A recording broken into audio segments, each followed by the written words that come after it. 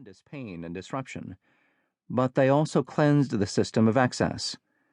The government may be burdened by debt, but the private sector and millions of Americans have been sitting on their cash.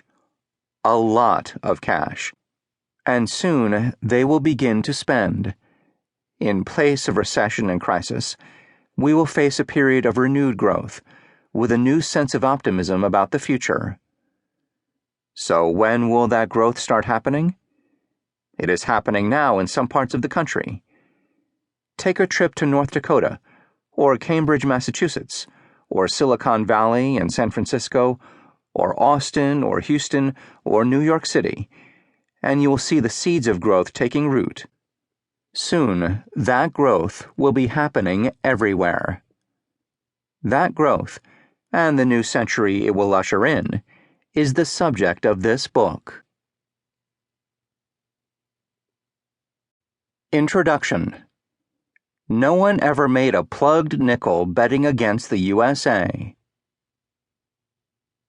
This book was conceived out of my frustration with the ill-informed statements made by so many of the candidates for office during the 2012 election cycle.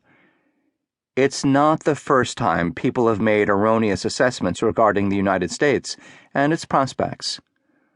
Almost from the start, there were politicians and pundits who counted us out.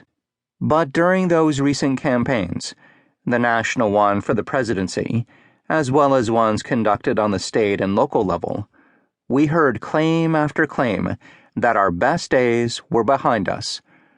One phrase in particular, "We don't make anything here anymore," made me extremely weary.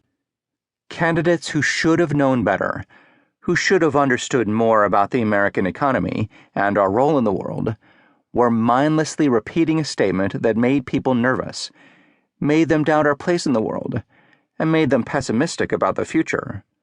Worse, it just wasn't true. Commentators, pundits, and other so-called opinion leaders repeated it as if it were a mantra. China was surpassing us. Eating our lunch was how a lot of them put it, and the United States, and perhaps all of the Western world, was more or less doomed. Then, of course, they added that all of our ills were to be blamed on the people and policies of the other political party. It's difficult to remember another time when so many cheap shots were fired, and so many uninformed statements made. While all of this nonsense was taking place, the streets were filled with protesters of all ages in lawn chairs, apparently the preferred method of protest these days. Members of the Tea Party vied with members of Occupy Wall Street for media time.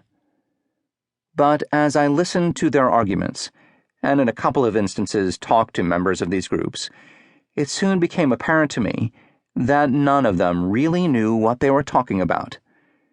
Their own situations may have ranged from difficult to wretched, but did the personal difficulties of some people mean that an entire country, all of the United States of America, was wretched as well? Was the United States really in as bad a shape as these people said it was? From where I sit, as a senior fellow at the Milken Institute, a non-profit, non-partisan economic think tank, although the opinions in this book are entirely my own, and from my board-level relationship to the Wharton School's SEI Center for Advanced Studies in Management, I have access to an unusual array of data, facts, and other kinds of information, and most importantly, to some of the most brilliant and insightful people in the world. But I wasn't born yesterday, nor did I just start gathering information about the United States and its prospects.